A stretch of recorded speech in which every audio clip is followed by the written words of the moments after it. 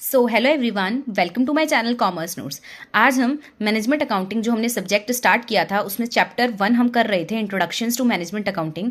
हमने already first question कर लिया है, चैनल पे प्लेलिस्ट बन चुकी है, नहीं देखा तो देख सकते हो आप। हमने सिलेबस भी डिस्कस किया है डिटेल में, वो भी आपको प्लेलिस्ट में मिल जाएगा। इसी वीडियो के डिस्क्रिप्शन में आपको लिंक मिल जाएगा। मैनेजमेंट अकाउंटिंग जो सब्जेक्ट हमने स्टार्ट किया है उसके previous year based question answers को हमने बेसिकली स्टार्ट किया है हर एक चैप्टर के, और सिलेबस भी डिटेल में डिस्कस किया है। तो नहीं देखा तो आप देख सकते हैं।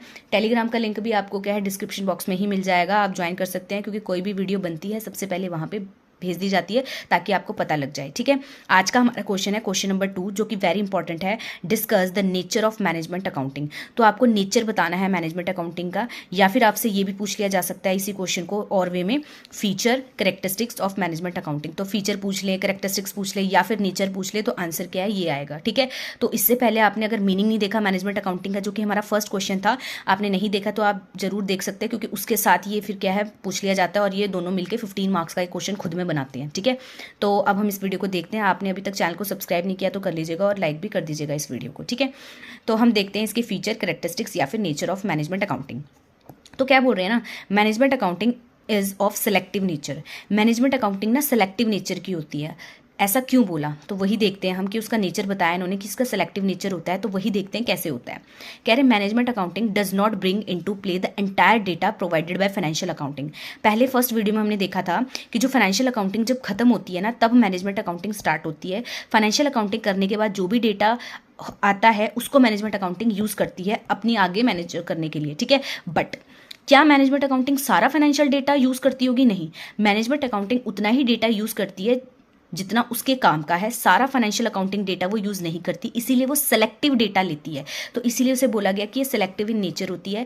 ये सेलेक्ट करती है, पिक करती है ओनली वो डेटा जो रेलेवेंट है उसके लिए। ठीक है, उसके लिए जो इन्फॉर्मेशन ये कह सकते हैं रेलेवेंट है, जो उसे हेल्प करेगी मैनेजमेंट को और अच्छा करने में, इंपॉर्टेंट डिसीजन मेकिंग लेने में। ठीक है, नेक्स्ट है हमारा management accounting is concerned with future. अब इन्होंने बोला है कि जो मैनेजमेंट अकाउंटिंग है ना, वो कंसर्न्ड है फ्यूचर से, मतलब it is considered more with the future than the past and assist the management in making plan for the future. Management accounting है वो डिसीजन मेकिंग में हेल्प कर रही है, प्लानिंग में हेल्प कर रही है ना। तो ये प्लानिंग वगैरह हो गया, डिसीजन मेकिंग हो गया, ये क्या फ्यूचर की होगी, है ना। तो इसलिए मैनेजमेंट अकाउंटिंग क्या है, ज्यादा रिलेट करती है किससे, फ्यूचर से।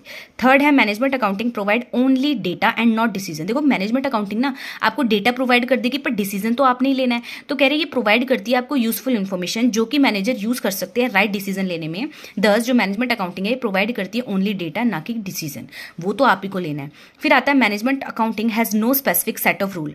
अब देखो जो मैनेजमेंट अकाउंटिंग है ना, उसके कोई सेट ऑफ स्पेसिफिक रूल नहीं है कि यही फॉलो करने हैं। ठीक है, तो it has no specific set of principles and rules to be followed and is followed in case of financial accounting. Like financial accounting में कुछ रूल्स होते हैं जो आपको फॉलो करने पड़ते हैं, बट मैनेजमेंट अकाउंटिंग में एज सच कोई रूल नहीं होते हैं पर्टिकुलर। फिफ्थ देख लेते हैं, management accounting has no prescribed format. अब जैसे फाइनेंशियल अकाउंटिंग है उसमें प्रिस्क्राइब्ड फॉर्मेट होता है कि ये आपको बनाने हैं अकाउंट, ऐसे ऐसे करना है, ये है, पर मैनेजमेंट अकाउंटिंग में एज सच कुछ नहीं है। कह रहे management accounting there is no prescribed format for presenting the information. आप कैसे भी इन्फॉर्मेशन को प्रेजेंट कर सकते हो, वो अलग बात है कि ऑब्वियसली बात है हम एक अच्छे फॉर्मेट में क्या है उसको प्रेजेंट करेंगे, बट यहाँ पे कोई रूल नहीं है कि आपको इसी फॉर्मेट में क्या है प्रेजेंट करनी है इन्फॉर्मेशन। इंस्टेड जो इन्फॉर्मेशन प्रेजेंट की जाती है वो इस तरीके से की जाती है जिस तरीके से मैनेजमेंट को समझ आ जाए। ओके, सिक्स्थ है इसका, management accounting provide various tools and techniques for analysis and interpretation. जो मैनेजमेंट अकाउंटिंग है ना, ये बहुत सारे टूल्स देती है आपको, बहुत सारी टेक्निक्स है इसके पास, जिससे आप क्या है एनालाइज कर सकते हो और इंटरप्रिटेट कर सकते हो डेटा को, इन्फॉर्मेशन को।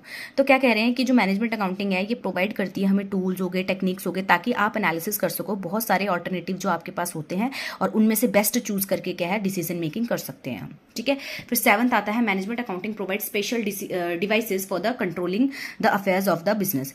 तो जो स्पेशल डिवाइसेस क्या है यूज किए जाते हैं मैनेजमेंट, ठीक है, मैनेजमेंट उसे यूज करती है ताकि वो कंट्रोल कर सके जो भी अफेयर है, जो भी एक्टिविटीज है बिजनेस की।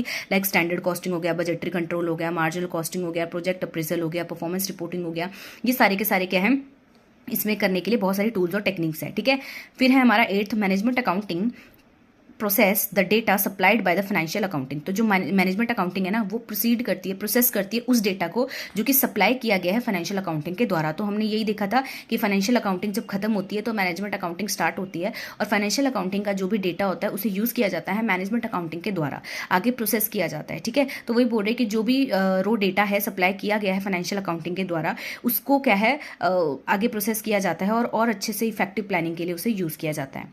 9th है हमारा management accounting explain the reasons for changes in profitability and financial position. जो मैनेजमेंट अकाउंटिंग है ना, ये आपको ये एक्सप्लेन करती है कि क्या रीजन थे जिससे प्रॉफिटेबिलिटी में आपके चेंज आया या आपकी फाइनेंशियल पोजीशन में चेंज आया। फाइनेंशियल अकाउंटिंग ने आपको सिर्फ ये बताया कि हाँ जी ये फिगर्स हैं, ऐसा ऐसा हुआ है। अब मैनेजमेंट अकाउंटिंग एक्चुअल में बताएगी कि ऐसा क्यों हुआ है, रीजन बताएगी वो आपको। ठीक है, तो फाइनेंशियल अकाउंटिंग है वो लिमिटेड होती है, वो उसमें हम प्रिपेयर करते हैं फाइनेंशियल स्टेटमेंट्स को, लाइक इनकम स्टेटमेंट हो गया, बैलेंस शीट हो गया, है ना।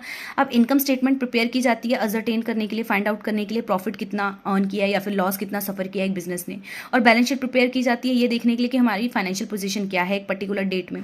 हाउएवर जो मैनेजमेंट अकाउंटिंग है वो क्या एक स्टेप आगे जाती है और वो ये ट्राई करने की कोशिश करती है कि मुझे ना एक्सप्लेन करना है कि रीजन क्या था, अगर इंक्रीज हुआ तो क्यों हुआ, डिक्रीज हुआ तो क्यों हुआ प्रॉफिट में। ठीक है, as compare to previous year. ठीक है, ये चीज़ वो बताती है कि क्या रीज़न थे इसके। ओके, तो ये हमने 9 पॉइंटर्स पढ़े। क्या पढ़े थे हमने? Feature, characteristics and nature of the management accounting. तो अगर ये आपको आ जाएगा तो आप ऐसे ही इसको पहले डायग्राम बना सकते हो इन पॉइंटर्स का, एंड देन उसको एक्सप्लेन करके अपना क्वेश्चन खत्म कर सकते हो।